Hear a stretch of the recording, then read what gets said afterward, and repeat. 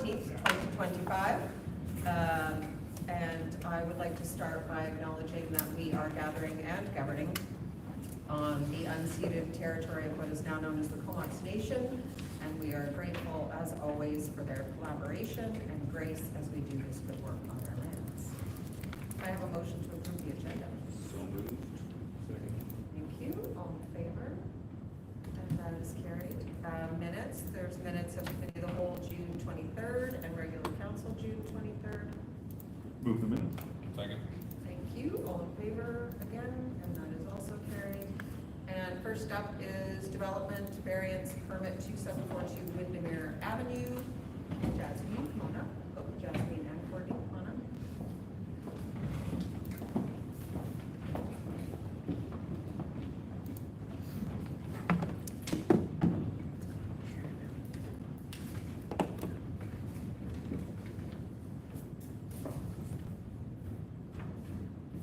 Good evening, Mayor. Oh, sorry. Okay.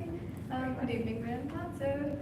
The purpose of this report is to request approval of development variance permit to reduce the minimum width of the required emergency access clearance from the entrance of an ADU past the principal building from 1.5 meters to 6.8 meters to allow construction of an accessory dwelling unit at 2742 Windermere Avenue. To meet the full 1.5 meter requirement, the applicant proposes to enter into an easement agreement with neighboring property on the east. So the combined space will provide the necessary emergency access. The village would be named third party in the agreement so that the agreement cannot be discharged without the village's approval. So just to give a little bit of background, the subject property is a single family dwelling constructed before 1977. The house partially encroaches onto the neighboring property on the west and has limited side yard setbacks, 0.45 meters on the west and 0.8 meters on the east. The applicant wishes to build an ADU with a workshop on the ground floor in the rear yard. An existing non-conforming structure shed will be removed to make space for this ADU. As per the zoning bylaw, the subject property is in the R1A residential infill zone, and the proposed ADU development is permitted as an accessory use. However, the zoning bylaw requires that properties with side yards under 1.5 meters and a rear lane that's less than 6 meters must maintain at least 1.5 meters of clear emergency access from the street frontage to the entrance of the ADU. In this case, the rear lane is less than 6 meters and the side yards are less than 1.5 meters, triggering this requirement.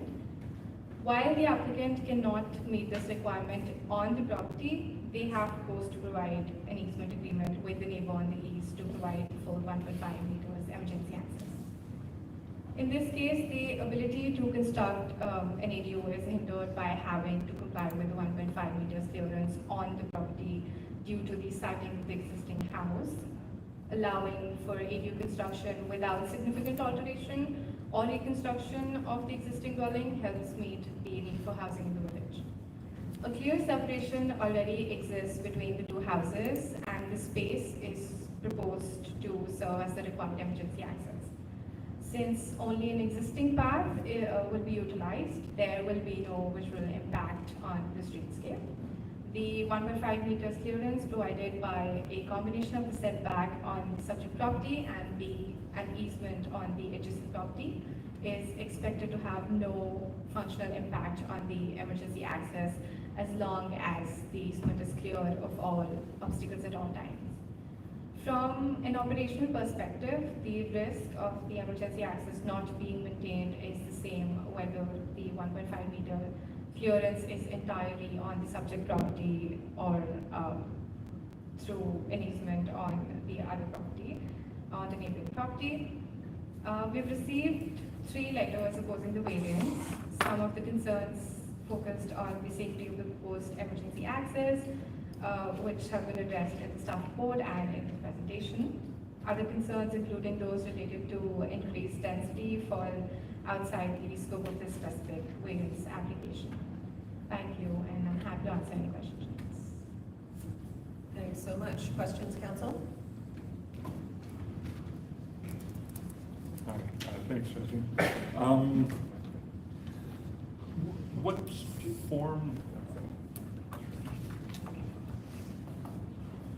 form of the agreement will the village's third party take? How will that look? So it will just be a regular easement agreement, but the village will be named the third party. So if in case ownership, for example, changes in the future, the agreement cannot just be discharged without the village's approval. Okay, so it would still just be an easement for, to pass and repass, but it wouldn't, the village wouldn't hold a statutory right of way or anything like that? That's correct. Okay. Have we done anything like this before?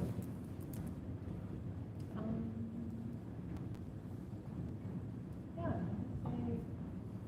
I can't think of having done something for this purpose before. It was considered for another variance, a similar situation, but that wasn't completed as such.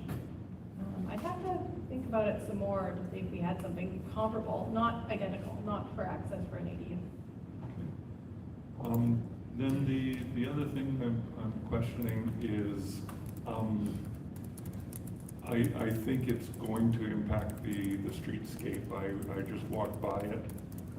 There is not 1.5 meters of clearance in between the camper that is parked on the neighbor's lot on their property, but on the edge of their property, and the mature lilac tree that sits on the corner of the other lot. There was less than 5 feet of room in between the two. So I'm worried that mature lilac tree would probably have to come down if there was going to be an actual clearance, because that is their parking spot. And I imagine that camper would be there to remove them.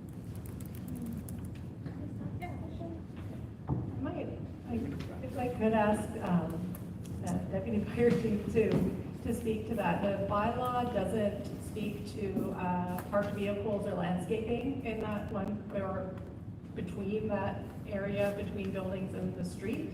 So I wonder if you could comment on that. Mayor, Councilor, we have to look at, when we look at the regulation and the law laws, okay, the 1.5 is on the structural, not what is parked in front, what are beside it. If we were using that analogy like what you said, I would have to say that every car from Salt Park down on Kendall is totally blocking my 1.5 meters. That means we cannot take that as an account. That means what we have to look is between building to building. Okay. Okay, thank you. Yeah, that answers most of my questions for now. Thank you.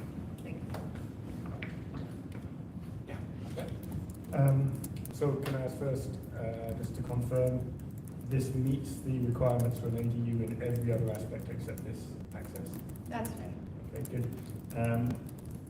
What is the actual nature of this, of the construction once the easement is agreed? Is there a fence or other dividing piece placed at the edge of this easement to delineate the 1.5 meters? Even if there is a fence, as per the zoning bylaw, if the fence includes a gate that is accessible 24/7 and is openable, it is allowed to be in this 1.5 meters clearance. Yeah, sorry, that wasn't quite what I was getting at here. What I was looking at was ensuring that this land effectively functions as, the pathway belonging to that house after the easement. It's not that it's, a piece of land that's shared between the neighbours, or it becomes as good as their property and is effectively fenced or divided, likely to be fenced or divided in that way. Is that true? Yeah, like if you refer to the picture in the staff report, there is a clear space between the two houses, which is what is the proposed easement. So The house is the barrier. or Yeah, the house is a barrier on one side, but on the other side is open. No, The it's a house. house. There's another. The other house. Yeah.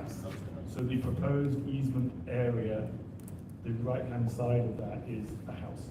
Yeah. is a building? It doesn't Yes, actually show that on it. that's right. Okay, right. So that then becomes a clear route. So it's just, keeping it clear is just like keeping any other path clear. And that becomes the sole responsibility of this property owner, is keeping that clear. I think it will be the responsibility of both the owners. It will be the shared responsibility of both the owners, and the easement agreement, we would ensure that we capture this as one of the conditions, that the 1.5 meter path has to always be clear of any obstacles. Add anything to that? Okay. No, okay, that's done. Thank you. That's why I just wanted to be sure that there'd be a clear path.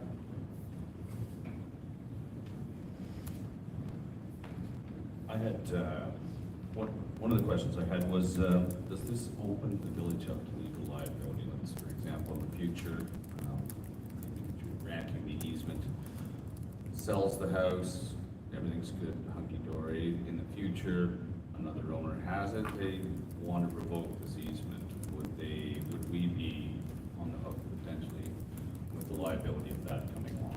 Because that's one of the big things I see here. I'm not familiar with this kind of arrangement, because it seems to be predicated entirely on the goodwill of the neighbor.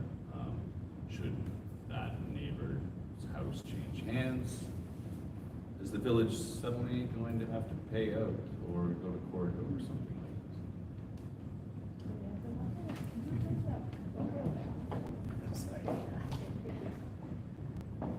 Okay, so with the easement being registered on the property title, it will like run with the land for a new owner.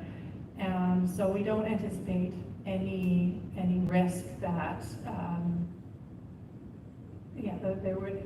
we don't anticipate any legal risk, as you suggest, because it's registered on the property title, runs with the land. Someone, a new property owner or the same property owner could wish to discharge the easement, but if that request came in to the village next year or 20 years from now, we would review the file and why the easement was there in the first place. And if nothing had changed in that clear area was still required, then I would imagine the village would not agree to discharge it. If something had changed and some condition had changed, the firefighting had changed, the lane was improved, or who knows what, if conditions do change in the future, then there could be a reason to discharge it, but only if there was no risk for fire safety.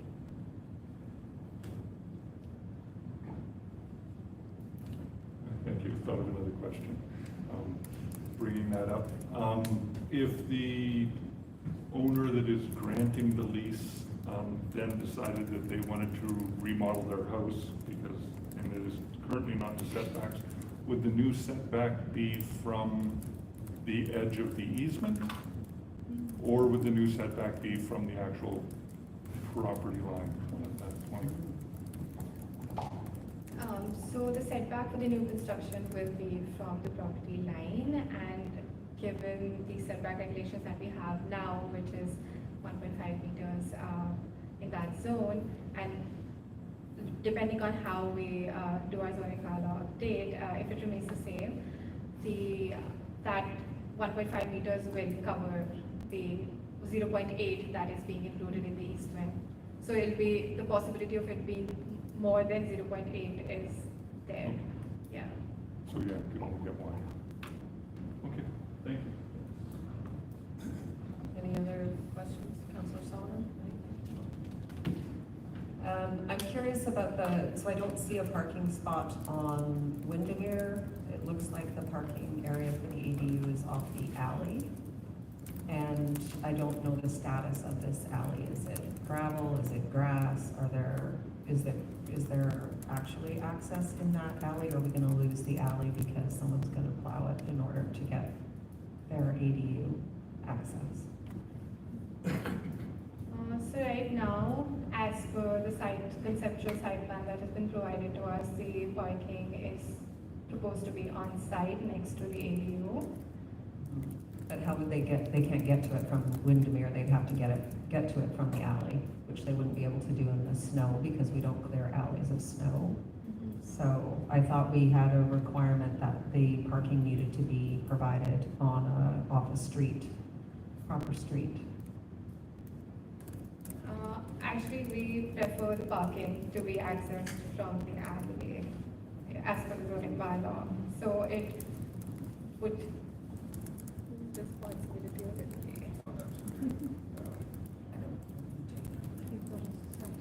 Figure it out, in the store. Yeah, like they'll just have to figure it out, and ensure that the alley is clear and that they have access to the parking, which they have closed.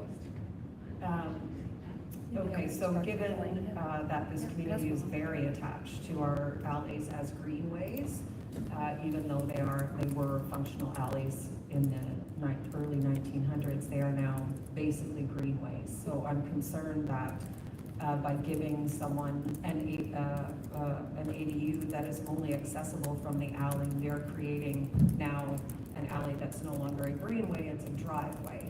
And because of the siting of this house, it's the entire alley from, well, I don't know, maybe they can get in from Third, but it looks, can you? I walked it this, Yeah. on my way here.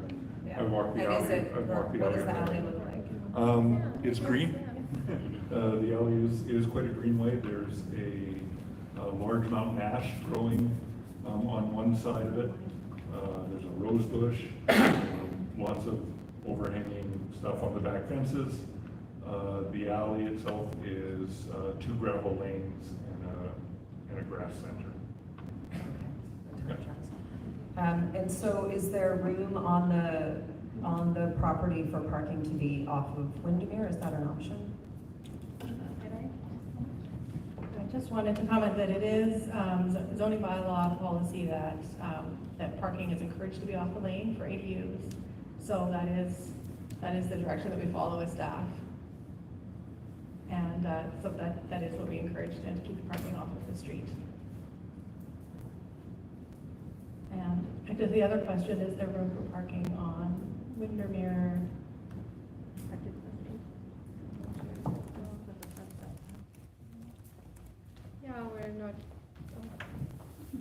We're not too sure of that, whether there's space on Windermere to park. Ideally, we'd want it to be on the property, because we don't want increased parking on the street as well, right? And in terms of like, just to add on to that, like just in terms of paving the alley, like they would have to apply for permissions to do that, and they can't just go and like pave the alley. Or clear the alley, or lay gravel in the alley, Yeah. or do any of those other things? And are we looking at, is that part of the zoning bylaw review for the OCP? Whether we are encouraging access for ADUs off alleys or off the main street? It has not been on our list of updates to make any change to that provision as of yet.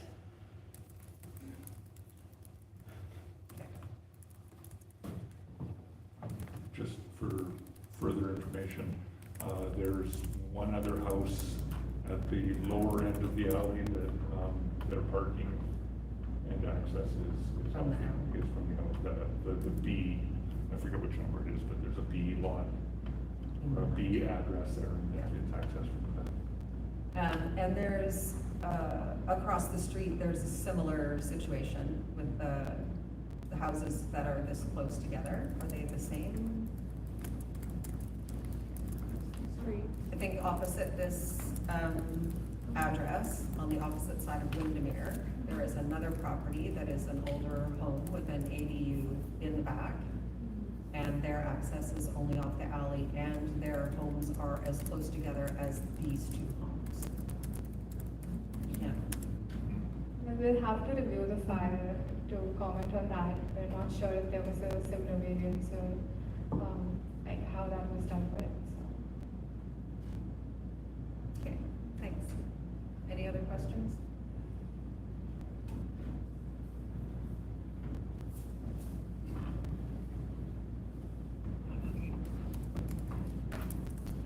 I'll move the council approve the development variance permit DVP 2504 for the property described as the westerly half of Lot 2, Block F, District Lot 21, Nelson District, Plan 5228. I will second that. Okay, all in favor?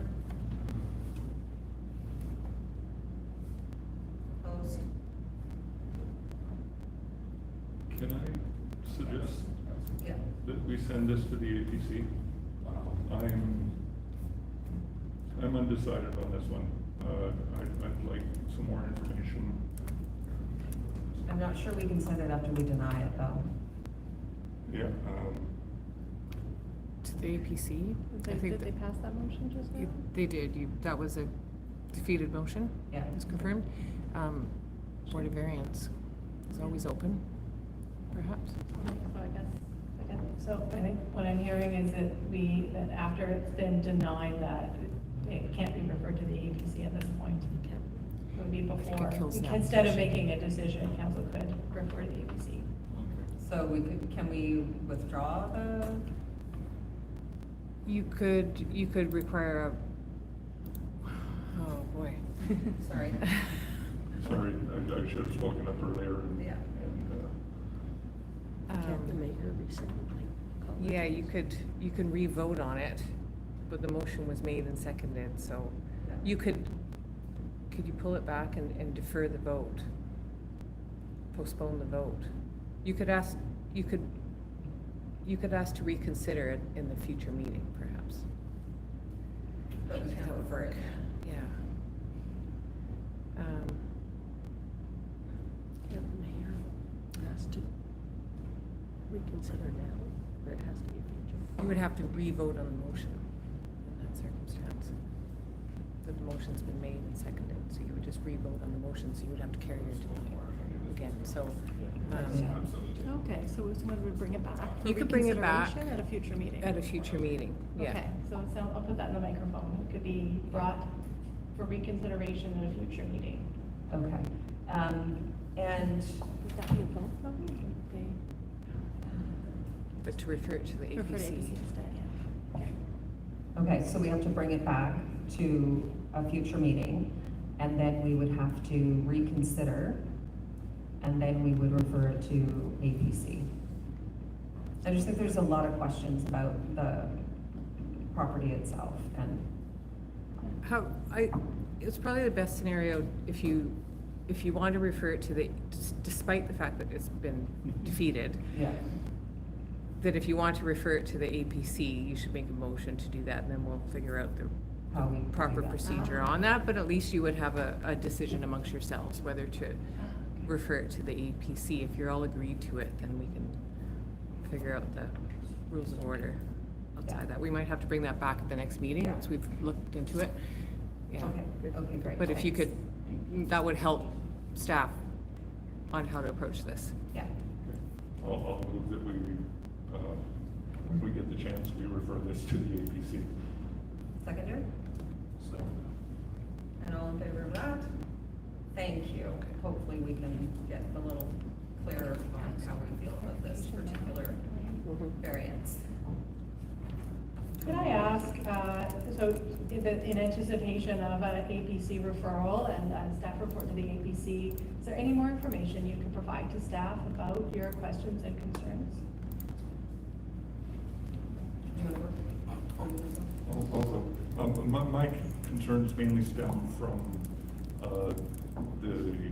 the nature of the easement, the village's involvement, and I'm not 100% sure that we aren't opening ourselves up to some liability in the future with that easement from a future owner of the property that's granting it. And I'd like some more information on that. Yeah, I'm similar to that. I'd like to see other municipalities and jurisdictions, what they've done, and if this opens us up to precedent for additional projects. I mean, we've been trying to tidy up the easements and things like that in the village, and this, for me, it seems a little bit of a step backwards, and I too wonder about the legalities of it.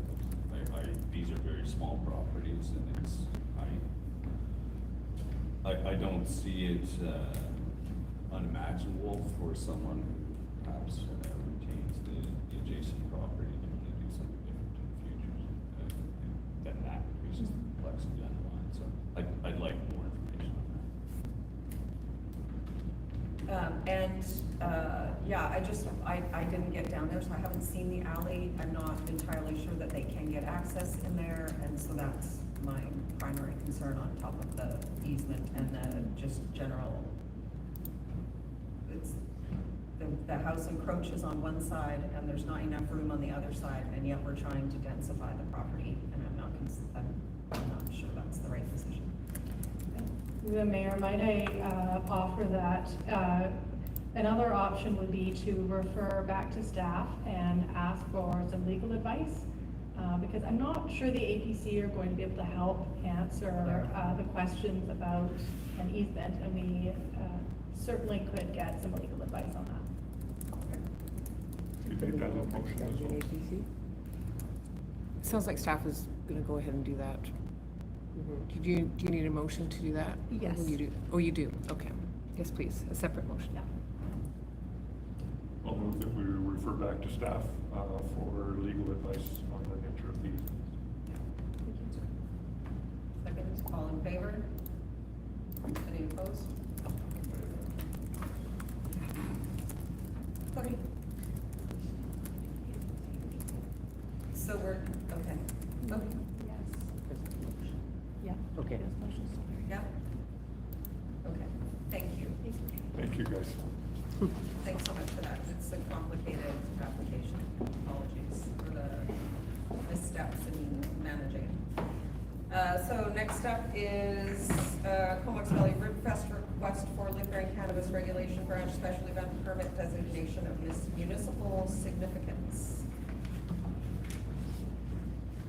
Good evening, Mayor and Council. So as you will have read, staff received a request from the Rotary clubs that are organizing Comox Valley Rib Fest that the village designate their event as municipally significant.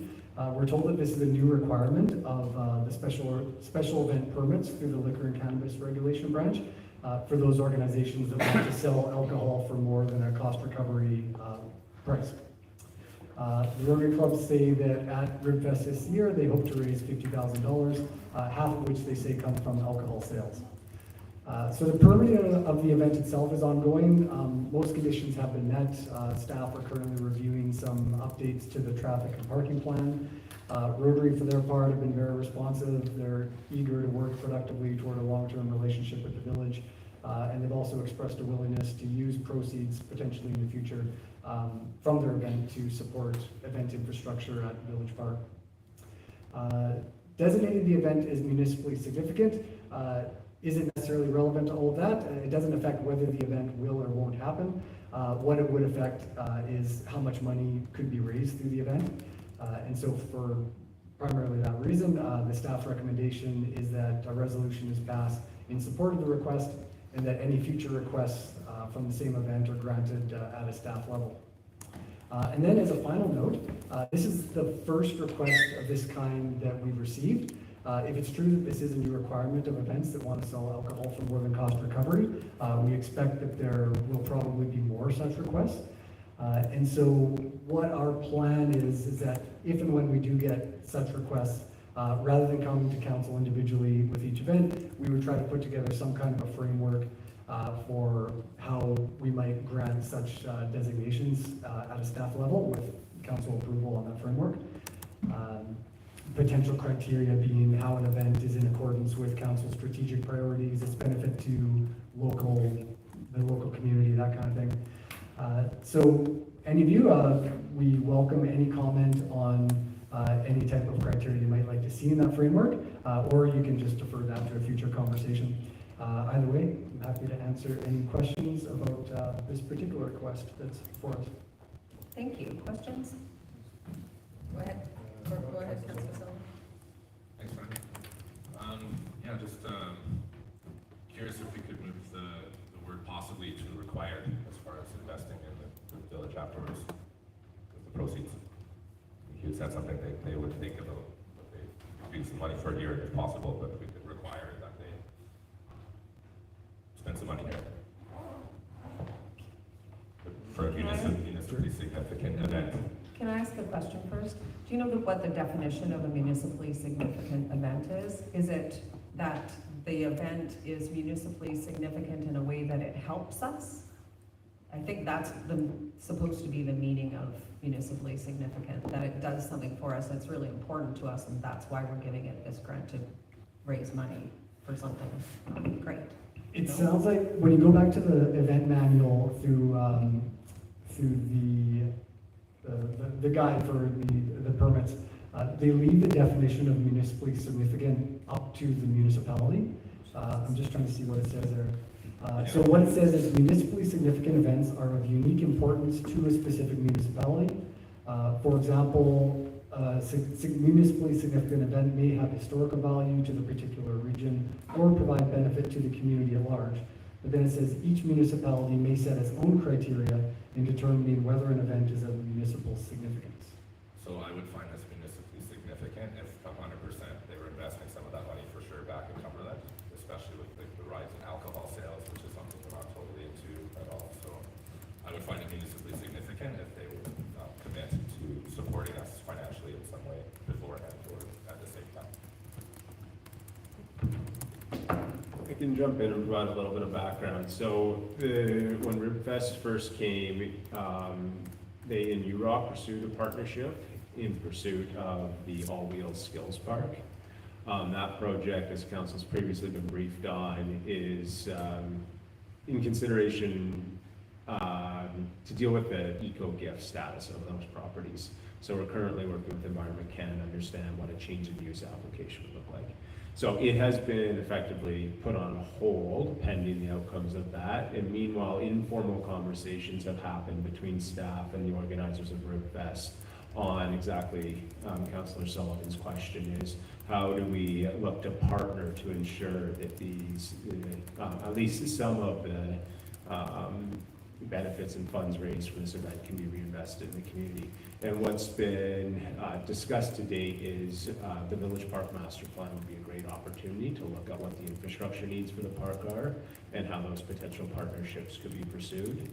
But I don't think we are necessarily able to say through this application process for what is somewhat at the 11th hour for a new condition that's been downloaded by the province on us, that we could negotiate such an agreement at this juncture in time. But I think it is something that staff have on our radar and absolutely something that council could consider at a future date what an agreement could look like. Yeah, not a hard cap requirement, but definitely, yeah, we would like. And we get the sense from our conversations that they very much are interested and committed to supporting Cumberland, but the specifics have not been determined.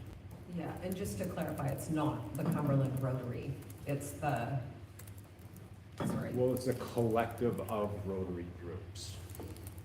I believe it's primarily the Comox Valley Rotary Group Yeah. and the Sunrise Strathcona Rotary. Yeah. And then the Cumberland Rotary Group is involved in the event, I believe sale of 50/50 tickets or something to that effect, involved in a limited capacity, is my understanding. Yeah. You read the excerpt from the guide, and that means it's significant, but I read above the excerpt from the guide that says that a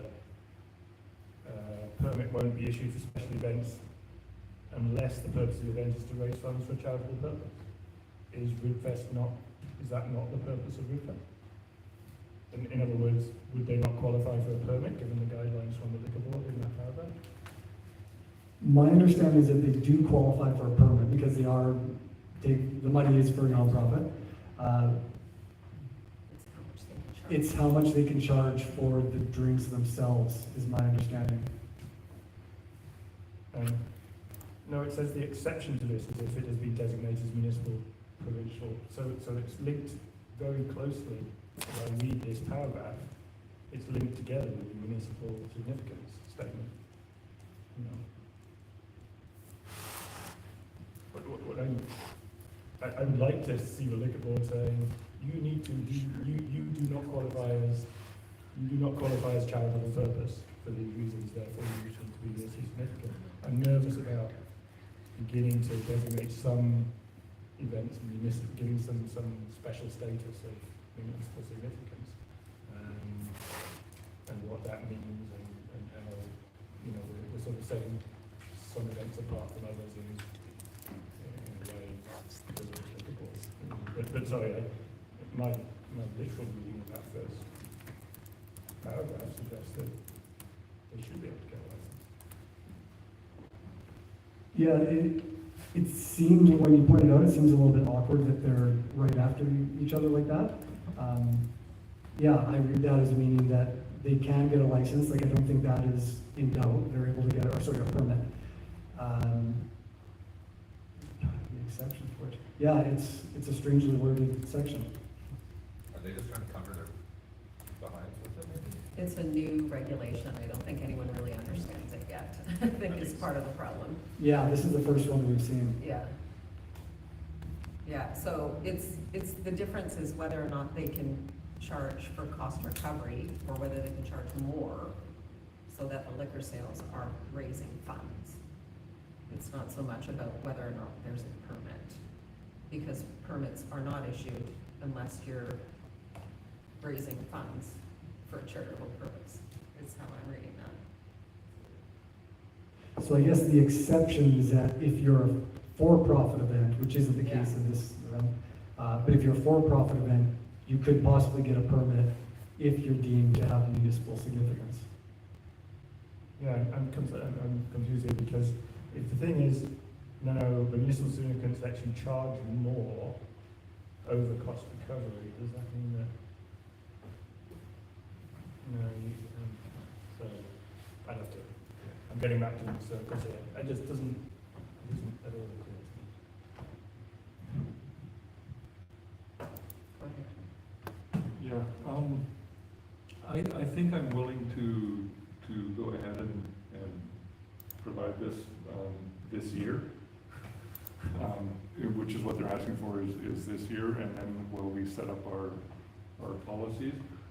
My worry is that when we set up our policies for this, we're going to want to set up policies that align with our values. And I suspect that RibFest may not fall within that when we come down to the brass tacks at the end of that. So, like I say, I'm willing to let this go and do this year, because I don't want to pull the rug out from something that's a month away. And then come back and look at policy options for this going forward if a more careful reading of this shows that this is going to be necessary for these events.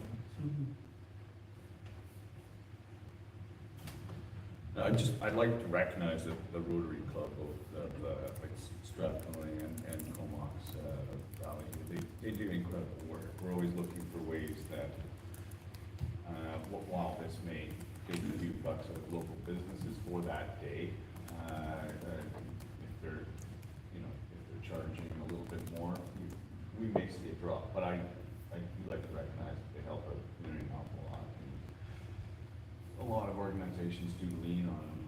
I think it seems to be a requirement, and I think we're going to see floodgates open for a lot of other fundraisers by the province, with making one of the board requiring this type of statement, municipal significance, this certificate of experience. For my opinion on this, it's Rotary Club who's done well by them, and so many members of the community that Mon Valley in general. So I'd be willing to support it. I think this is the first one we're going to see done. Absolutely. And I think the practice in the past has always been to charge more than what you're paying for the item so that you are raising money. So it's not that they're doing something different this year, it's that the province has introduced a new regulation that is requiring them to get approval from us to do that. Yeah, so any other questions, concerns? I noticed that is it because of the size of this event? Like, I'm a nonprofit and I just had an event with a liquor license like a month ago. Is this the size of the event of thing? Like, Yeah, I didn't see anything in this that talked about the size. Yeah, I'm just going by, they tell me that it's a new requirement, and yeah, I saw those sections that are included in the report. The mystery of provincial regulation. redundancy or something. Can we make sure to double check their rationale? What I'm also minded to, let's help this event go ahead. proposal, appreciate the work proposal. And we don't want to say okay for this one this year. But before, you know, yeah, I would appreciate if you could double check there. You know, what email have they got? Can I just forward you the email or the letter that says they need this thing, that they got from the liquor board, just so that we're sure that, you know, that that's what it really means, especially in Councillor Sullivan and others' experience, that they haven't had this constraint this year. No, we can certainly look into that. Okay, anything else? Okay, there's a recommendation there. Okay, I will move that council designate Comox Valley Ribfest 2025 as municipally significant, and that council direct staff to provide organizers of Comox Valley Ribfest upon request in subsequent years with a letter. Hold on. That council provide the organizers of, consider that, giving the organizers of Comox Valley Ribfest in subsequent years a letter, but not guaranteed. I think they should come back. Sorry. Let's just, before we do anything, let's not do this wrong again, so. Could you if separate we the can motion, split it up. separate, That's what yeah. I was gonna say, so hold, before you go, so we want to, give them permission for this year, and then I think what we also wanna do is direct staff to bring back the Thank you. discussion for policy on how we handle these in the future. Thank you. So that council direct staff to bring back some policy that discusses how we handle not only this request, but similar requests of municipal significance in the future. So did you get that, Rachel? Yeah. It's a little clumsy, apologies for that. And we have Councillor Sullivan seconding, all in favor? And that is carried unanimously, thank you. Yeah, I think we can do some more research. Okay, Yeah. thank you. Yeah, like, we have a lot of events. We're concerned about, the floodgates open Wow, on this too. yeah. This one came up at the 11th hour, so it's Yeah, been a bit of a yeah, let's scramble. not and- kill their event. Yeah. Yeah, Designate the company campus municipal city. it's a little paragraph buried on page 48. I'm having a hard time understanding the purpose of it in the first place. Yeah, From them. from the province, yeah. It would seem that It it's a seemed way fine of, to me. it's a way of for-profit things getting treated like a charitable thing. Okay, so next up is Comox Valley Regional District Track and Field Services 601. Coming back. So for this report, council is being asked to consider joining the CVRD Regional Track and Field Service. When faced with the same question back in 2023, council had decided not to join, but there have been some significant changes since then, not the least of which is the cost to join. So back in 2023, the cost was estimated between $45 and $52 per $800,000 household. It's now estimated at approximately $25 per household, averaged over the next 8 years, and then likely decreasing after then. We also have more clarity around the artificial turf field, which is moving forward and is expected to be completed in spring 2026. And we also now know that there's no attractive option for Cumberland contributing through a fee-for-service agreement, which was something that we looked into back then. So the report presents a lot of information about the service. It also includes a list of all of our regular annual events at Village Park, including but not limited to the Cumberland Cup. And it outlines the pros and cons of the 3 options that we've identified, which are, in summary, to join the service, to not join the service, or to contribute through a fee-for-service agreement, which technically remains an option, though it's probably the worst of both worlds. Yeah, I'll leave it at that. Happy to answer questions. Thanks, Ryan. Questions, anybody? So this would, in theory, allow us to reap some benefits for school or for our field improvements as well through this service, right? Because it is getting a lot more use. I feel like it's getting more used by various clubs, rugby clubs and such not. So maybe some of the lights and things like that could be replaced as a result of us. So it doesn't feel to residents like we're just paying out for something else. That's right. We are part of a larger thing. And so you can go. Yeah, that is one of the benefits of joining the service, is that there is a potential at least for funding for field amenities, possibly the maintenance, just given the regional nature of the usage of the park. Okay. Thank you, and I'm very happy with the reduced cost. Thank you. Just more of a comment. I'll be voting to join the service for a couple of reasons. The main one being, I think we need to be at the table. If we don't join the service, we have no say going forward. I still hate the artificial turf field that they're putting in. The one that's there currently is going to eventually hit its end of lifespan, and I want to be at the table when that happens, and maybe we can prevent another thing like that happening. Also, just the statistic that 11% of the Comox Valley Soccer Club is made up of Cumberland residents. We are using the wider valleys fields as well. So, yeah, and possibly more so than a lot of other places, just being as active and young as we are in this community. Yep. Yeah, I'll also be supporting this and I'll make a comment on that too. I think my personal experience and observation as well is that fields across the valley are under huge pressure. There's massive demand for fields, and that's great to see. Because sports like soccer and other field sports are usually really low barrier.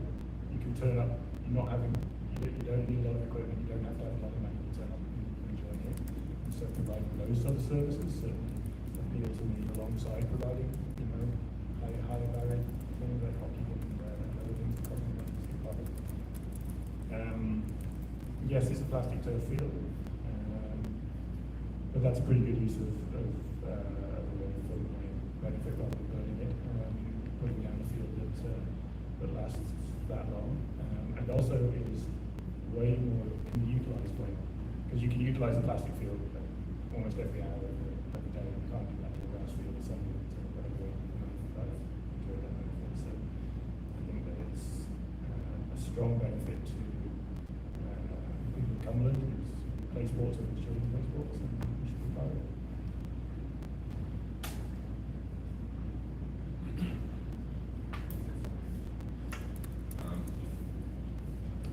I do love that it's half the cost now. Yeah, That was a lot of work. yeah, thank you guys. Yeah, happy to be at the table. So, seem to be doing that in a couple of different avenues, so some cross promotion we get, and maybe we get some lawn cutting from CBRD or something, or who knows. Anyway, I'll move my council confirm interest to the Comox Valley Regional District for the Village of Cumberland to join the Comox Valley Track and Field Service Function 601, 603 as a full participant. I'll second that. And all in favor? And that is carried unanimously. Thanks, Fran. And next is council member reports. Any questions on those?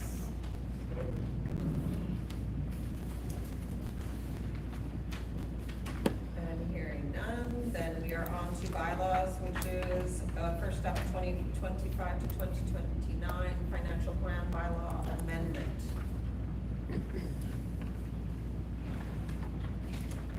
Okay, can you hear me?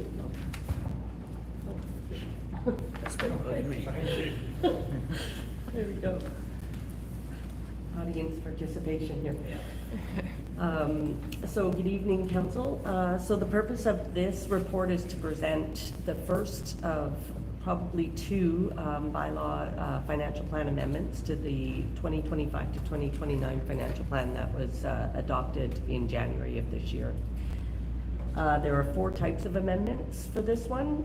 There are, and all of the types of the amendments are actually detailed in your first attachment, and that's starting on page 53 of the agenda. So it gives you an idea of how you get from your adopted plan to your amended plan using these things. So The first is the projects that started in 2024 and need to be completed in 2025 to carry forward. The second is the amendments that's been directed by yourselves, by council throughout the year, and those are included. The third are staff recommended amendments, and so those are in the report quite detailed out. I can answer questions and clarify some stuff if you need me to, but they kind of say exactly why we're recommending.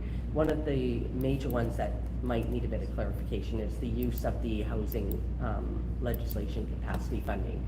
So that needs to be spent this year.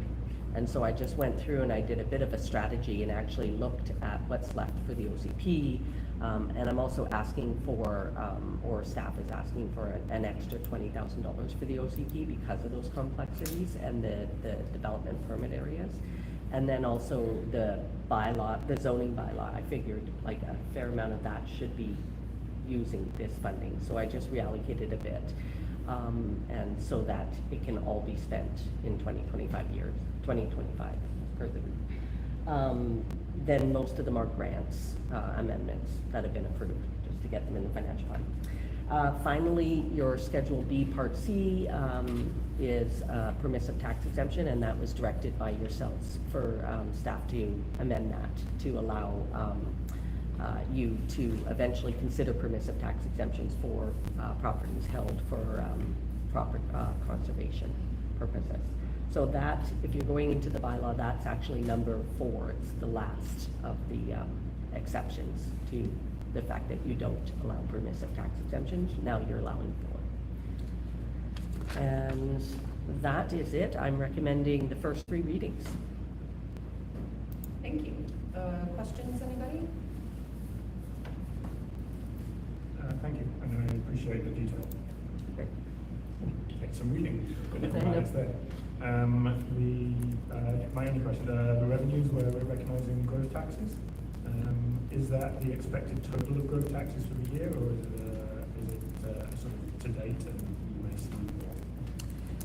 That is the total growth taxes. Now, of course, if we have more supplements, that could take down some taxes, that could increase taxes depending. So they're always reviewing, they're always giving us supplemental assessments.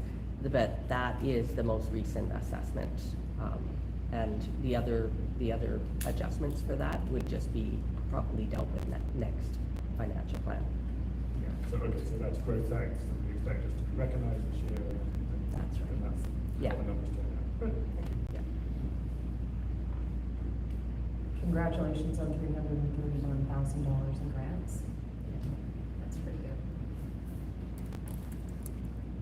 Yeah. Any other questions?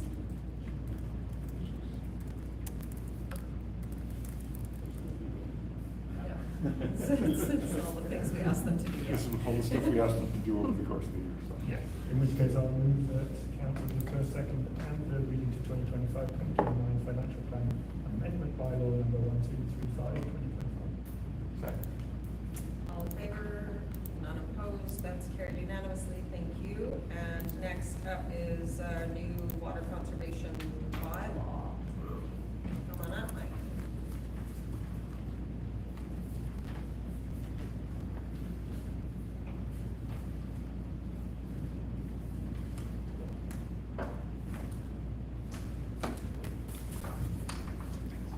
Evening, Mayor and Council.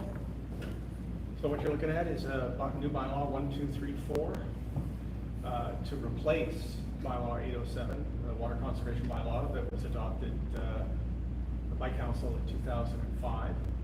There are real 2 reasons for that, or drivers for the update.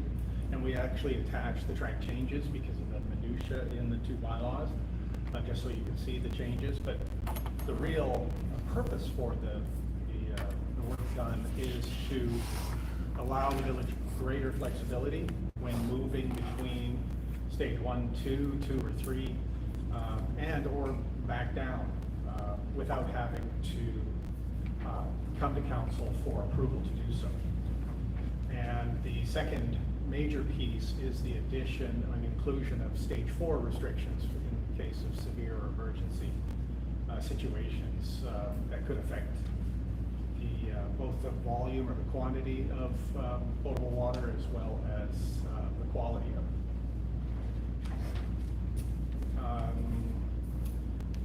If you want, I can walk you through the actual bylaw itself, but you can see most of the definitions remain the same. The one that was added was water play park, basically to capture the facility at Village Park.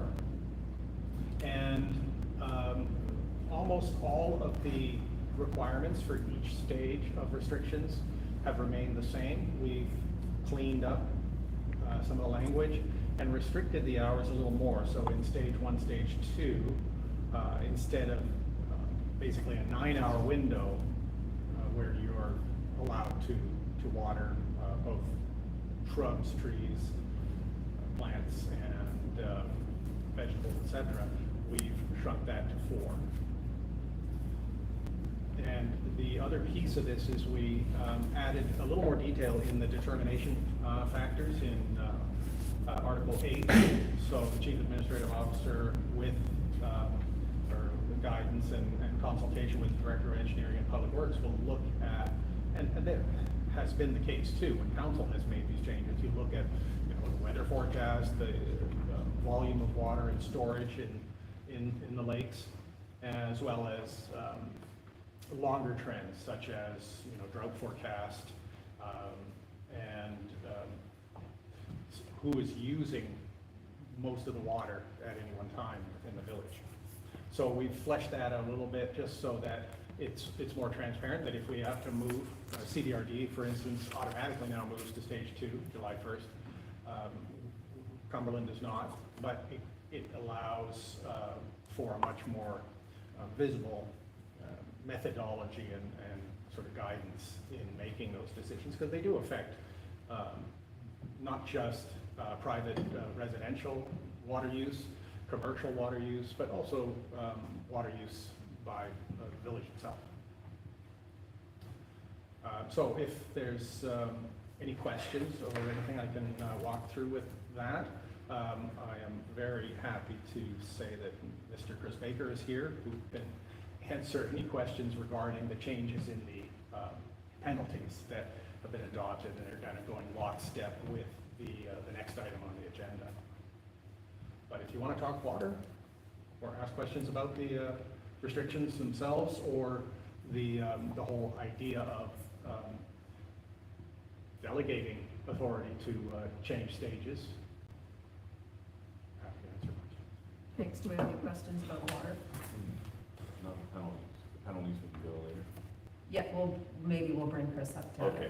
to speak to the, I I think we're all, we had some concerns about the fines, so, in the community, so maybe we can bring. Oh, you have a water? Okay. I'll just, overall, I like everything that's been adopted here. It makes it a little bit more clear. One question about use, is there a provision in there, because the days and the hours are quite restrictive from before. If somebody is working shift work or something like that, maybe they can't quite get to those hours or during the day. Is there any way there can be an exception granted or a mechanism that if they are unable to meet those times for whatever reason, they're able to apply to the village? I know it creates an extra level of complexity for staff, but is there some kind of out for someone who absolutely can't make those particular restricted hours?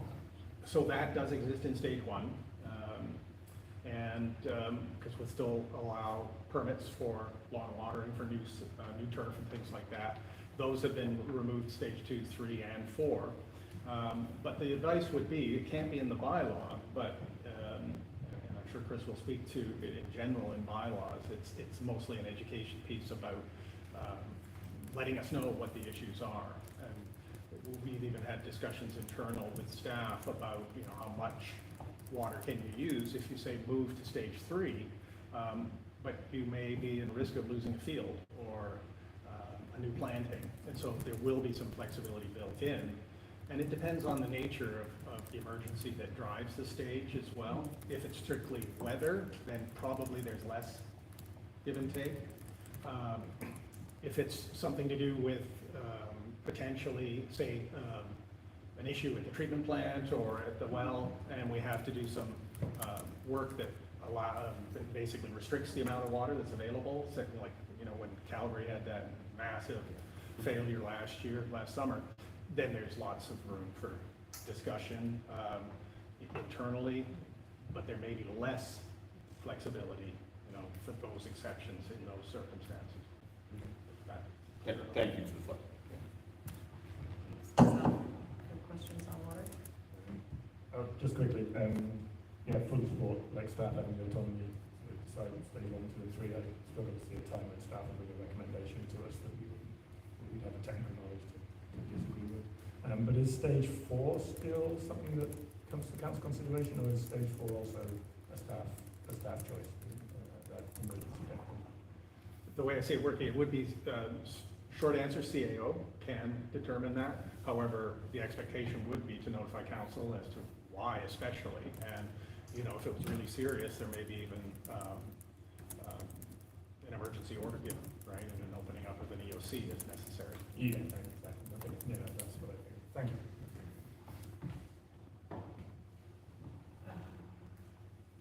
I don't think I have any water questions, but I do want, yeah. Chris, can you come up and just speak to the bylaw enforcement piece? Sure. And the fines? As part of, like, before you vote on this one, or as part of, because I'll also speak to This one. Yeah? Yeah. Okay. Thanks.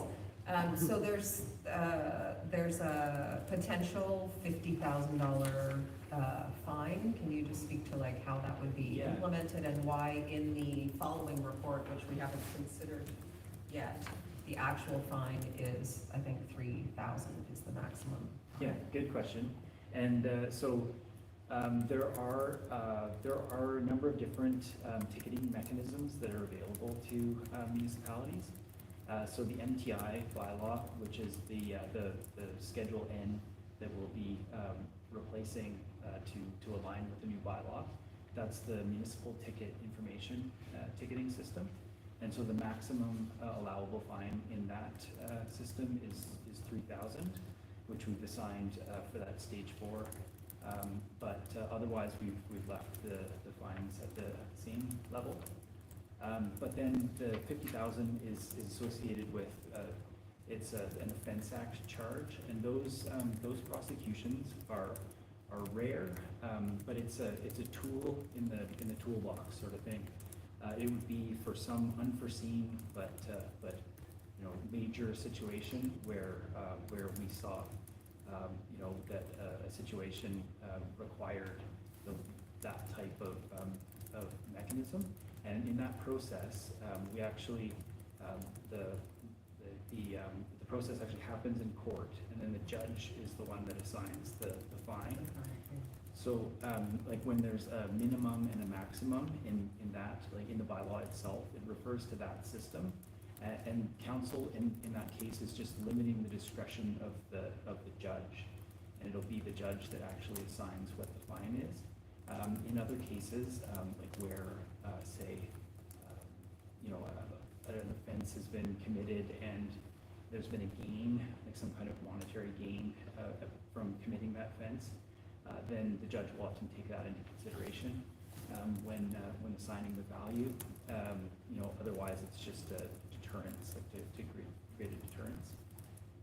But they are also more complicated and would definitely require us to seek assistance from a lawyer. And then so the $50,000 limit, that's in the community charter. That's where that comes from. It was, I think, even before my time in municipal government, it was 2,000 or 3,000 was the limit in that system as well. And then it went to 10,000, and then more recently to 50,000. So it would be, yeah, my recommendation as we update bylaws to always include that upper limit, and it's just, yeah, it's there as a deterrent, but then also to address unforeseen circumstances.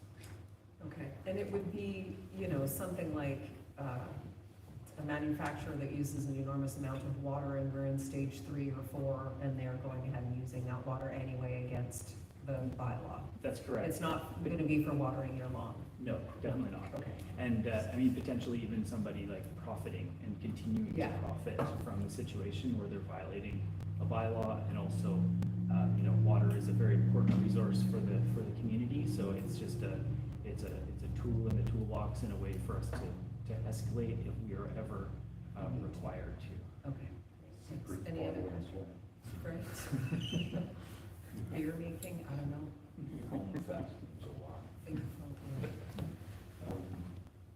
Okay, yeah, no, I think that answers my questions for. Any other questions? Is that right? That was for me. Okay, thank you so much, both of you. That's a long time coming, and go forth and manage water appropriately without our interference. So you don't have to do that. Yeah, Okay, I'll move that council give first, second, and third reading to, oops, one wrong one, sorry. We haven't done that one. First, second, and third reading to the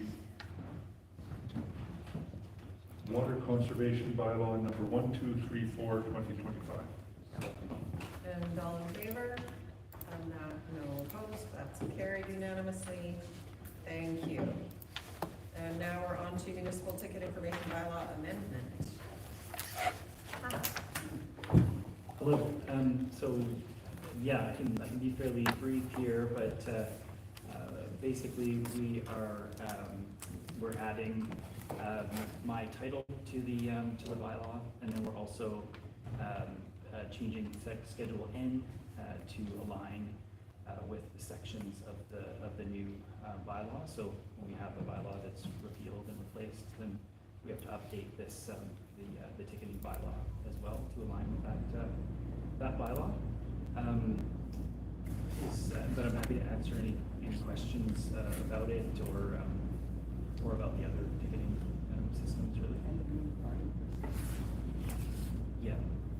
Yeah, and the new fine for stage 4, which is Right, the the biggest one. yeah. Okay, questions, council?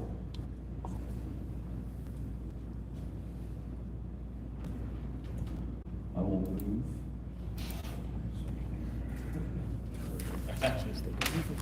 Thank you. I'll move the council give first, second, and third reading to municipal ticket information amendment bylaw number 1236, 2025. I'll second that. All in favor? And that is carried unanimously as well. Thank you very much. And that's it. No new business, so notices, motions, and announcement. Please do check the website where there's all kinds of great information for our residents, especially if you want to attend a meeting, make sure that it's actually happening at the time I'm going to tell you it's happening.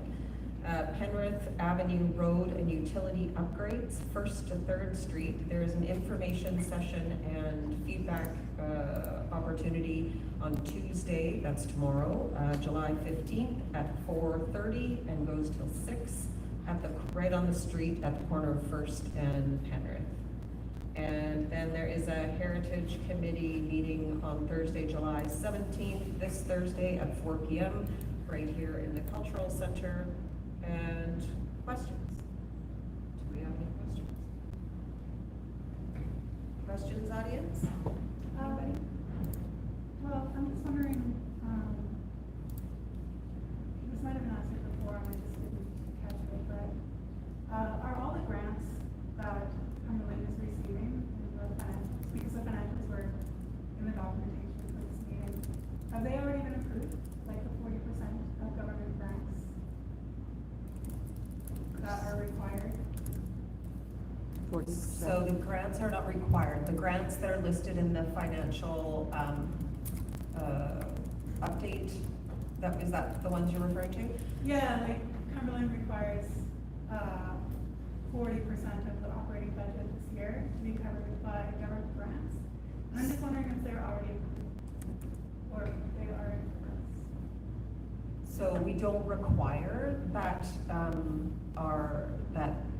that grants cover 40% of our financial costs, but that is the case. So that's the case because we apply for those grants, our staff apply for those grants to bring more money into the village, to ease the tax burden on our residents, and so that we can afford more things. So there's a whole list of what those grants are in the agenda package, and you're welcome to look through them and see what they are. They're for a whole range of things, from watershed protection to fire department, infrastructure, yeah, all kinds of things. Page 56. On page 56 of the agenda. And I think the simple answer to that is yes. If they're listed there, they will already be approved, and we will be given the money. Yes, it's not that we're hoping those grants Right. come. Yeah, I'm just wondering, Those are the confirmed grants, That's the. and the ones that we're still applying for and hoping for don't get to appear in these financials until we learn success of them. So these are coming to us because we apply, so we do the budget in the fall, and then throughout the year, staff apply for grants, and then we have to amend the financial plan because now we've received all this new money from grants. So that's what that process was to update the financial plan for all the things that we've decided since budget. Does that make sense? Yep, and then, the other one is about the new bylaw, the $3,000 for the water restrictions. Like, I don't personally water my lawn, but, the way it reads in the documentation is that, if you seed your lawn or sod your lawn, which would generally be like a new development, you could potentially be charged $3,000 on the first offense if you water outside of the watering guidelines. And I know, like, on multiple different local sites on Facebook, there was a lot of concern by a lot of different people. But that didn't actually come up today. It was like, the suggestion was that if we were watering for profit. So it's the wording is confusing us. And I was hoping maybe there was a way to get some confirmation, because it does seem kind of like at a time when Cumberland needs more tax revenue based development, there is a bylaw coming in place that might actually deter that development to some degree. Okay, so I'm gonna try and answer that, and then Chris needs to step in to correct me, he can. So, you wouldn't get a $3,000 fine for a first offense unless we were in a state of emergency and we were in stage 4 restriction, and you continued to violate that regardless of the bylaw officer coming to tell you, or a notice being given to you, or whatever that enforcement chain is. If in stage 1, you can apply for a permit. No, in stage 1, you don't need to apply for a permit, but in the more restrictive stages, you are able to apply for a permit for a new lawn for a certain number of days to make sure the lawn lives. Yeah. Sorry, I'll just jump in. Stage 1, you can apply for a permit if you have a Okay. new lawn. Stage 2, 3, and 4, you cannot can't. have a new lawn. Yeah. So, and those would only be enacted in July, probably, and August, when it's probably not the best time to put in a lawn, because it'll probably die anyway. Yeah, that's my understanding of it. It may help, you said Chris might be able to help us, I think it might help just a little bit to clarify for the community that difference between municipal ticketing.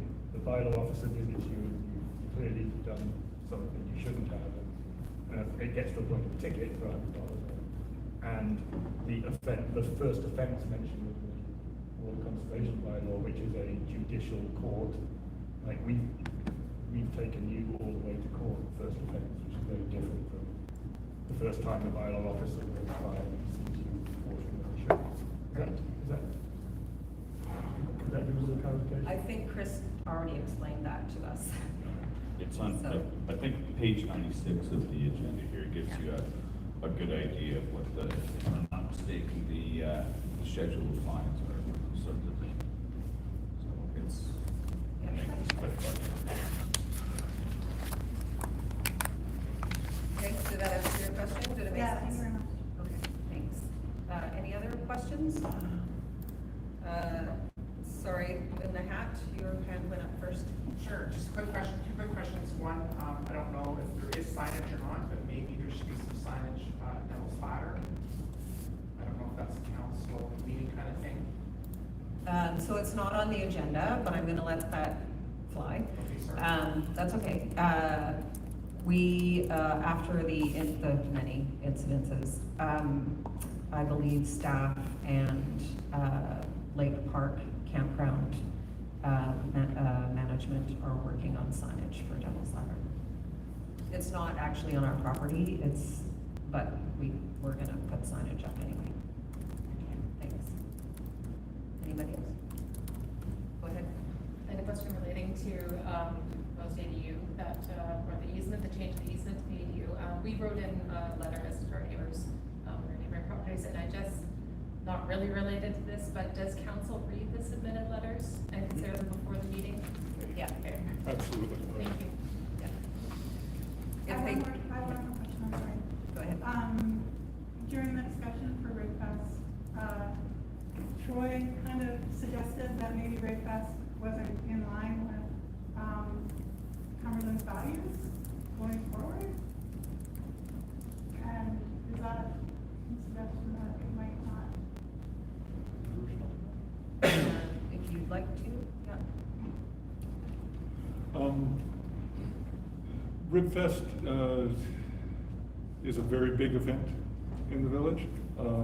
I'm totally behind raising money for the Rotary Society. So that part of it is great. Having, as the report said, 18,000 people in the village on a weekend is a lot. It's asking a lot of our residents, especially the ones that live near the parks. It produces a lot of garbage and other landfill items.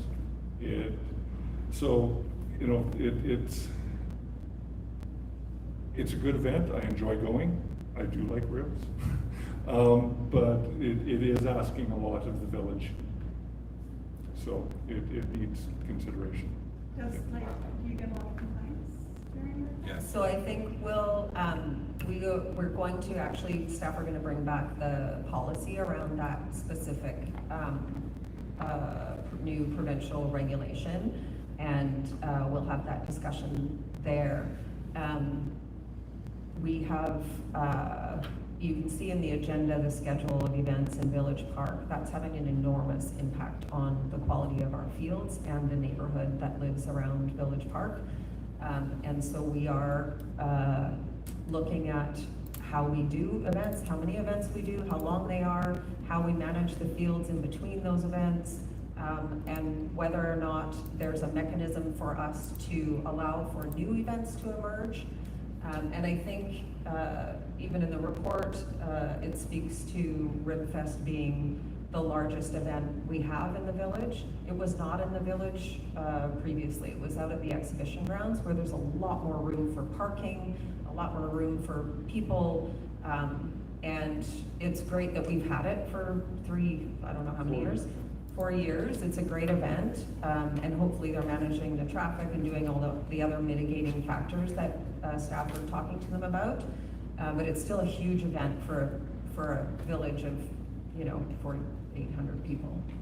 So I think that's the conversation that we need to have. We need to, as a community, figure out how many and how big and what that looks like, and whether we're wide open or whether we want to kind of manage it so that we have a sports field to play on. It's balancing those, differing needs of the community. Yeah. Okay, any online? Check one more time. No, no email questions. Okay, and nobody else in the audience? Okay. Then we have a closed portion to move to. I'll move the council close the meeting to the public pursuant to section 90 of the community charter to consider labor relations or other employee relations, litigation or potential litigation affecting the municipality, to receive of advice that is subject to citizen or client privilege, including communications necessary for that purpose. Second. And all in favor? And that's carried. Thank you. Thanks everyone for being here. Thank you guys for coming down.